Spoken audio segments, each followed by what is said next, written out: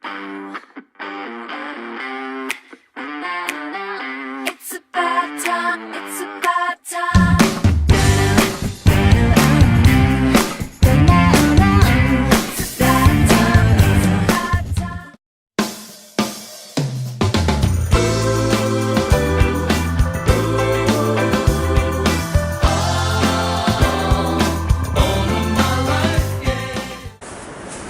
There's something actually that's really inspired me about being on a beach and about watching the sea, because it's something you don't get to see very often, particularly if you live in Dudley like me.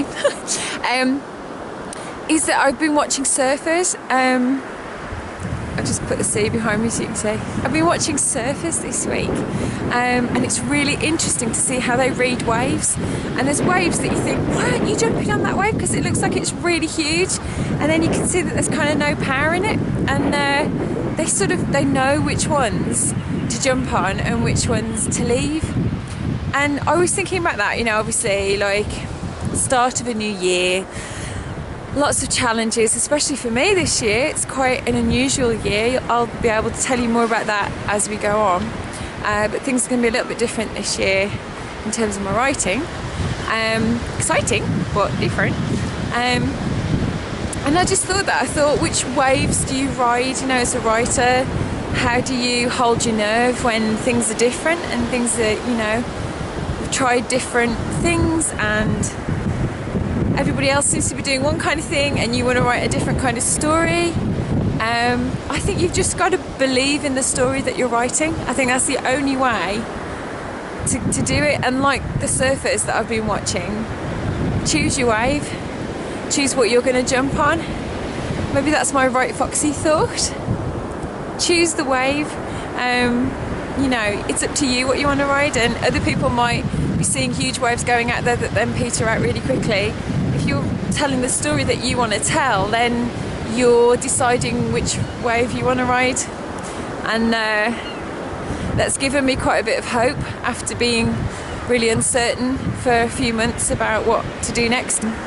But I think that's it really. It's just that I've got to trust that I know the waves, the right wave to pick. And so if you're at the point of thinking, well, everyone seems to be writing this type of story or the market's doing that, do you know what? The people that ride the best waves are the ones that wait for the ones that are right for them. And I think it's the same as a writer. I think you write the story that you're passionate about, readers will find it.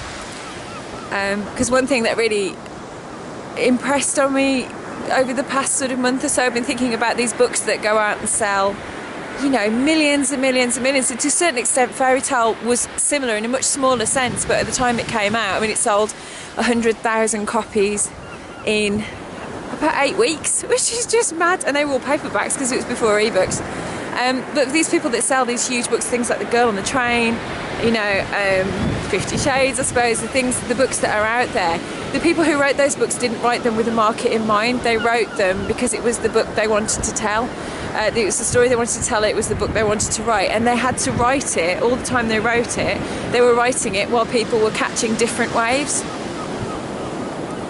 And the ones that, you know, I think the books that do really well are the ones that readers really love. And you're only going to get passionate about a story where the writer's passionate about the story. So I think, you know, if you're writing something that's very different from what's out there, it's not following a certain mould, but it's the story that's burning inside you, then just tell the story, you know, ride the wave. It's the only way, I think, as a writer to actually do it. You have to find something that you believe in the story and go for it, and trust that if you're really passionate about it, that readers will be passionate about it as well. So that's my thought for the week.